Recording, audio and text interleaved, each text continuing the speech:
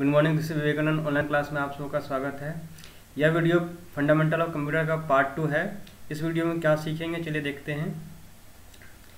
Function of computer पहला topic है, दूसरा टॉपिक है parts of computer. Function of computer मतलब होता है कंप्यूटर का क्या कार्य है, किस तरह से कार्य करता है, और दूसरा है पार्ट्स ऑफ कंप्यूटर। कंप्यूटर में कितने तरह का पार्ट्स होता है ये सीखेंगे। तो चलिए स्टार्ट करते हैं। देखिए पहला जो है फंक्शन ऑफ कंप्यूटर, ये क्या होता है। फंक्शन ऑफ कंप्यूटर किस तरह से कंप्यूटर कार्य करता है और कंप्यूटर का कार्य क्या है ये देखिए।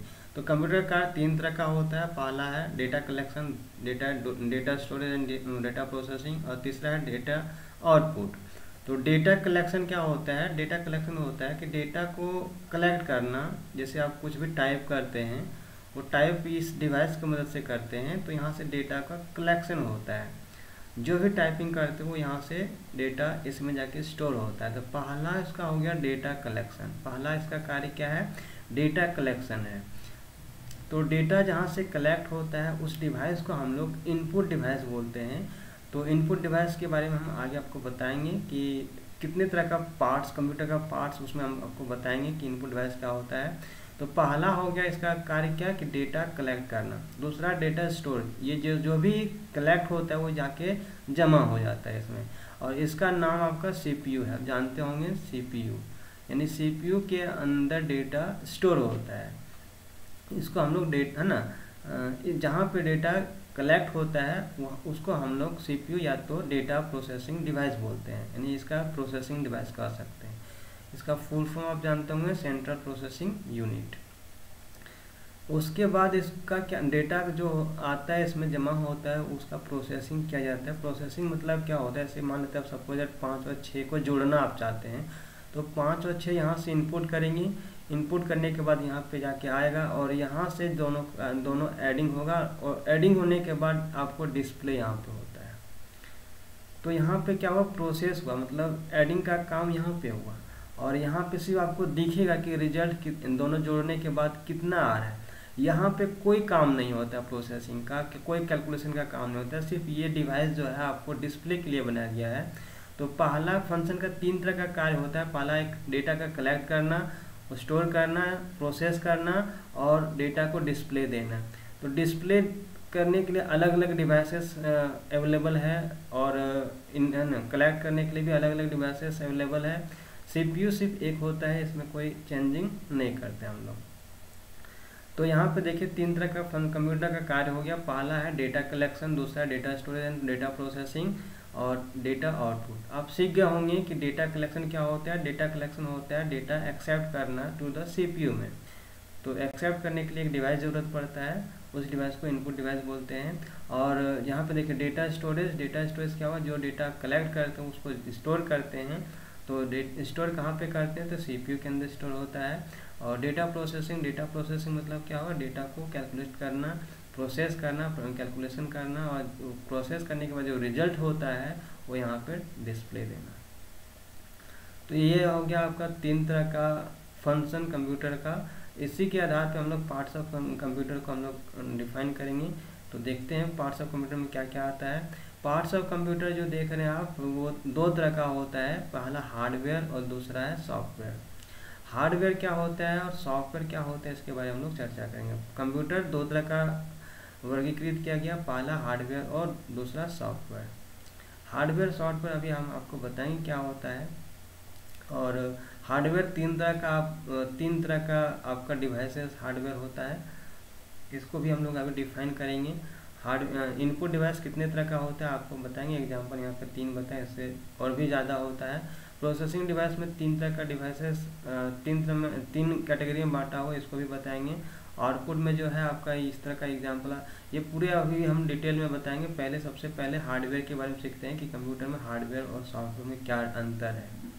तो हार्डवेयर और सॉफ्टवेयर में क्या अंतर है, हम लोग यहाँ पे देखिए, इसमें आप देख सकते हैं कि ये सभी जो है, या फिर आप इसको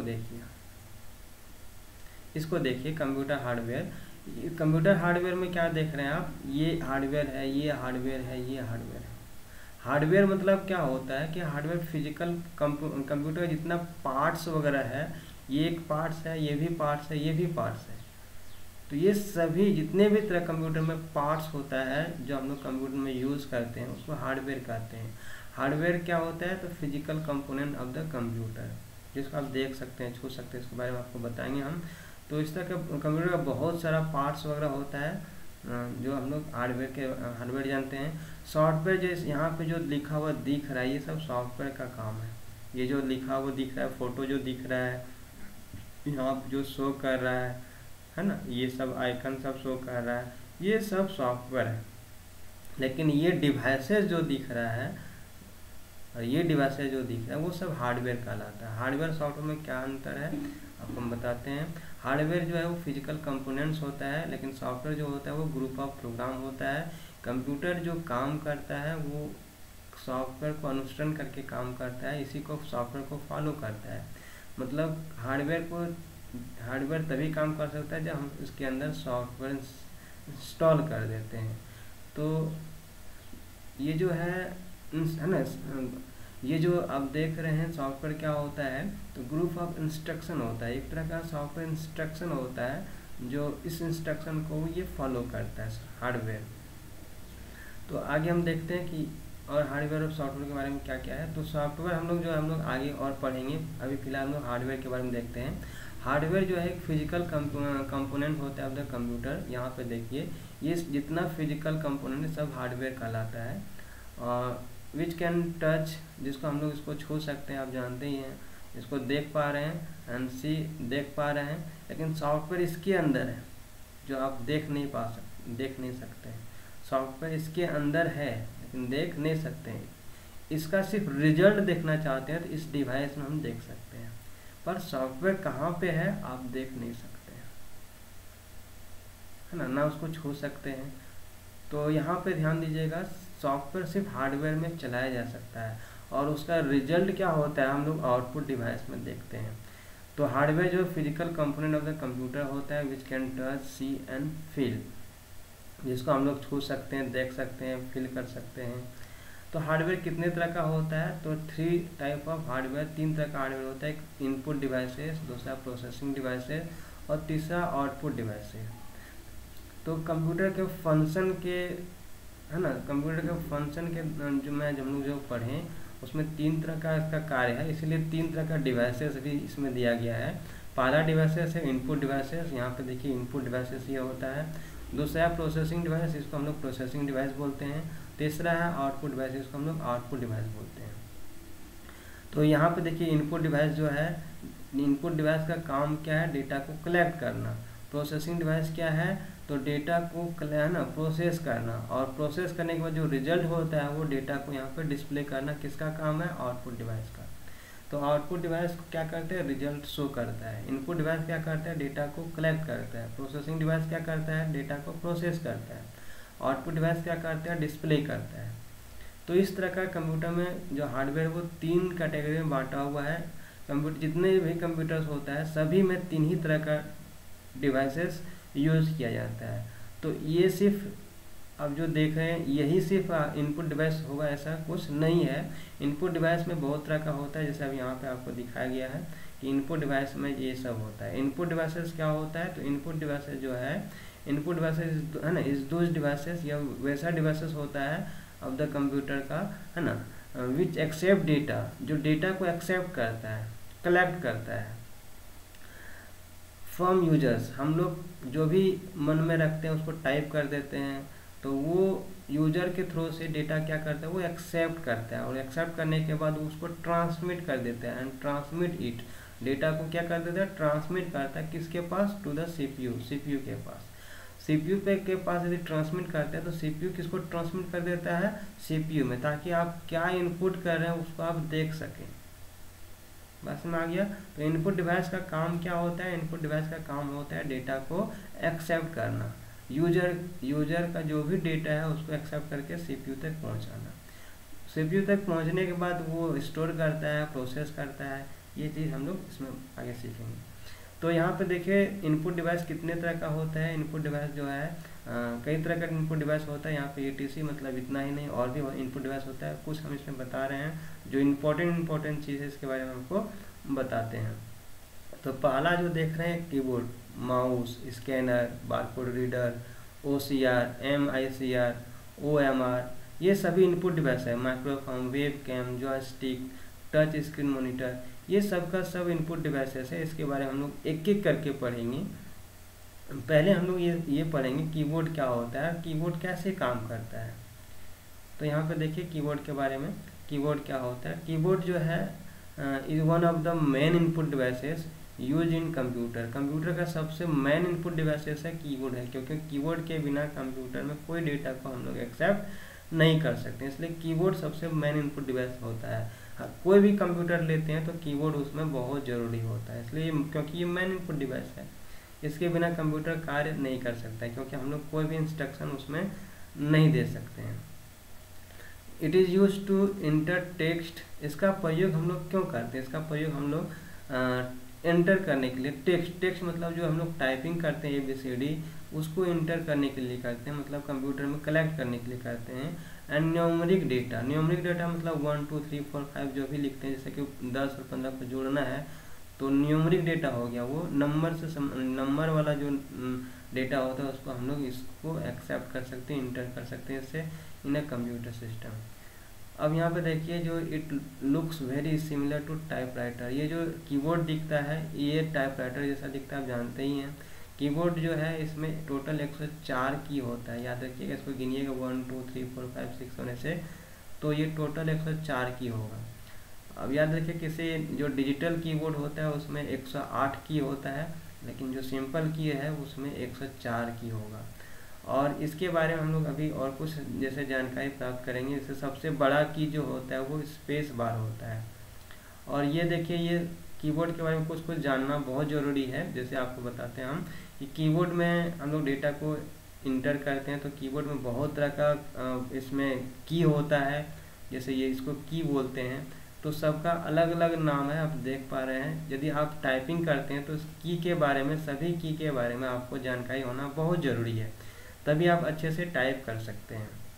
यदि आप कुछ टाइपिंग कर रहे हैं तो उसका सभी की के बारे में, कौन की से क्या काम होता है ये जानना है। सबसे पहले जाने के पहले की का नाम याद रखिएगा, ठीक है।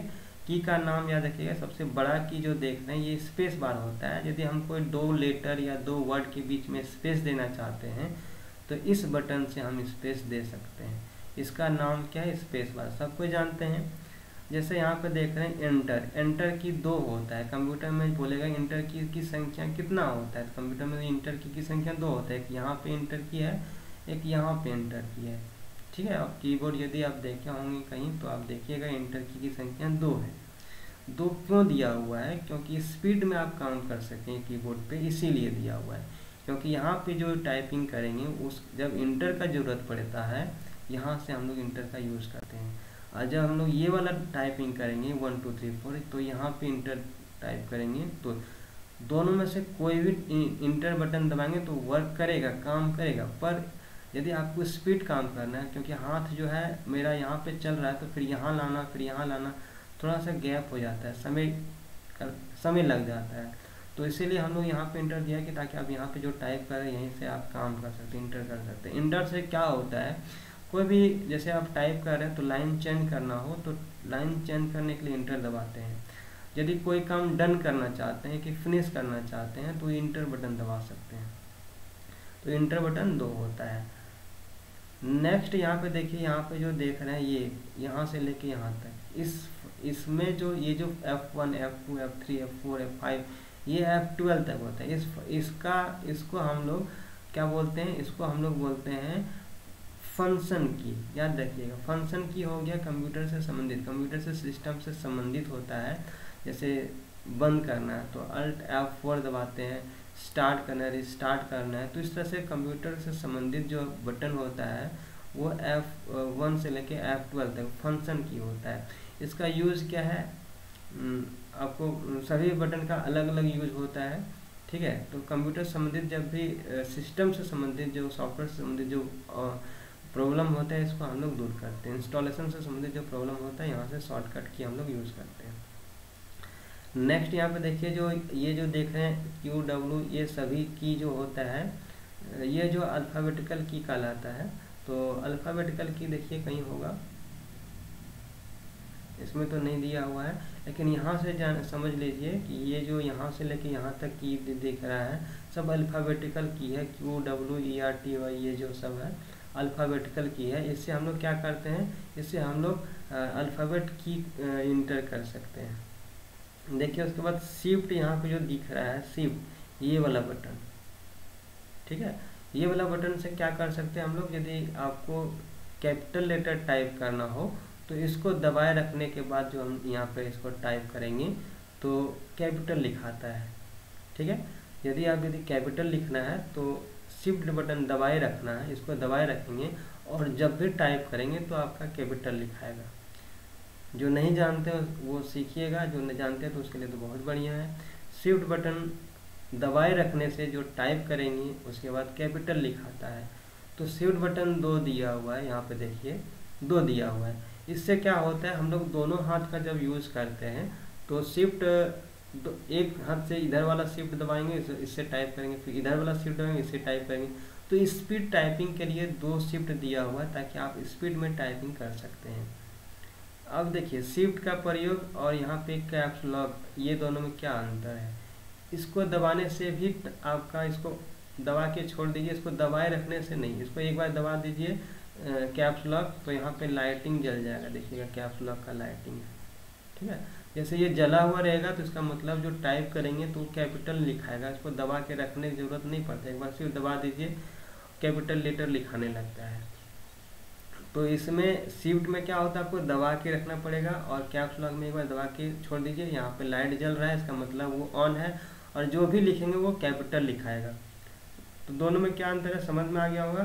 तो दोनों में क्या कब यूज़ करना है, दोनों से कैपिटल लिखाएगा।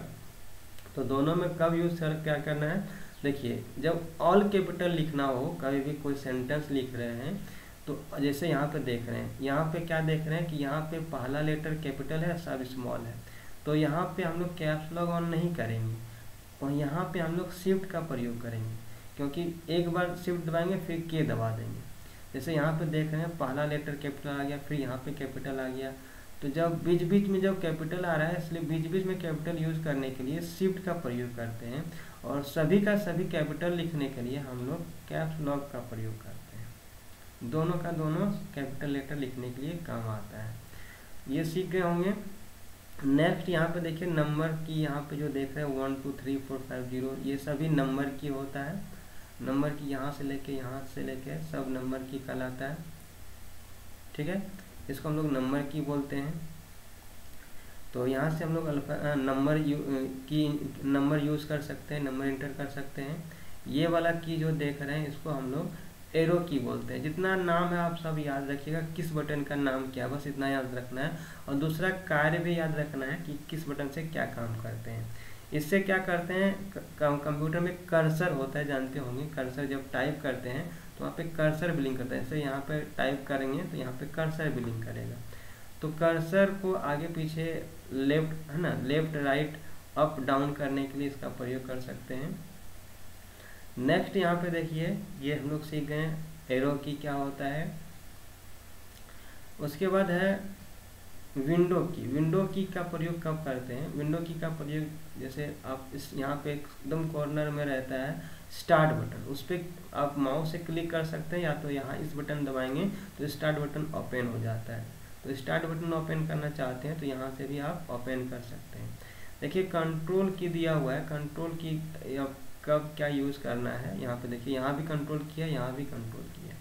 कंट्रोल की होता है जैसे यहाँ पे एडिशनल कोई वर्क करना है, जैसे यहाँ पे जो की नहीं है, जो काम करना है, शॉर्टकट की काम करना है, जैसे कि सेव करना है, तो सेव करने का कोई की नहीं है, तो सेव करने के लिए यहाँ पे देखिए कंट्रोल और एक इसमें एस दबाते हैं। तो एक एडिशनल की यूज़ करने, एडिशनल वर्क करने के लिए इसका यूज़ कर सकते हैं कंट्रोल प्लस एस, तो सेव हो जाता है। डिलीट करना है, ठीक है, तो डिलीट करना है, कट करना है। डिलीट करने का तो बटन है पर कट करने का इसमें कई बटन नहीं है, तो कंट्रोल एक्स करते हैं तो कट होता है। कॉपी करना है तो कंट्रोल सी, पेस्ट करना है तो कंट्रोल वी। तो इस एडिशनल वर्क जो इसमें नहीं है जो बटन, उसके लिए हम लोग कंट्रोल और उसके साथ ये बटन खुद से बना सकते हैं और कहीं कहीं बना हुआ भी रहता है। तो यहाँ पे देखिए कंट्रोल की भी समझ गए होंगे, कंट्रोलिंग के लिए यूज़ होता है। और अभी जो बताया डिलीट करना है, तो डिलीट करने के लिए दो बटन आता है, एक आता है यहाँ पे देखिए डिलीट, और एक आता है बैक स्पेस। दोनों में बहुत अंतर है। बैक स्पेस क्या होता है, डिलीट क्या होता है। देखिए बैक स्पेस से डिलीट नहीं होता है, और डिलीट से यहाँ पे डिलीट, ये इंसर्ट बटन है, यहाँ पे डिलीट है। तो ये डिलीट से क्या होता है कि जैसे इसको सेलेक्ट कर लेंगे पूरे को एक साथ। सेलेक्ट कैसे करते हैं, तो ये जो कर्सर मेरा दिख रहा है, इस कर्सर को यहाँ से दबाए रखेंगे और यहाँ से लेके इस तरह से खींचेंगे, तो ये मेरा पूरा कलर हो जाता है, और उसी को सिलेक्ट करते हैं। सेलेक्ट करने के बाद जैसे डिलीट बटन दबाएंगे तो ये पूरे का पूरे सेलेक्ट हो जाएगा। लेकिन बैक स्पेस से क्या होता है कि यहाँ पे देखिए, मान लेते हैं बैक स्पेस से बैक जाता है।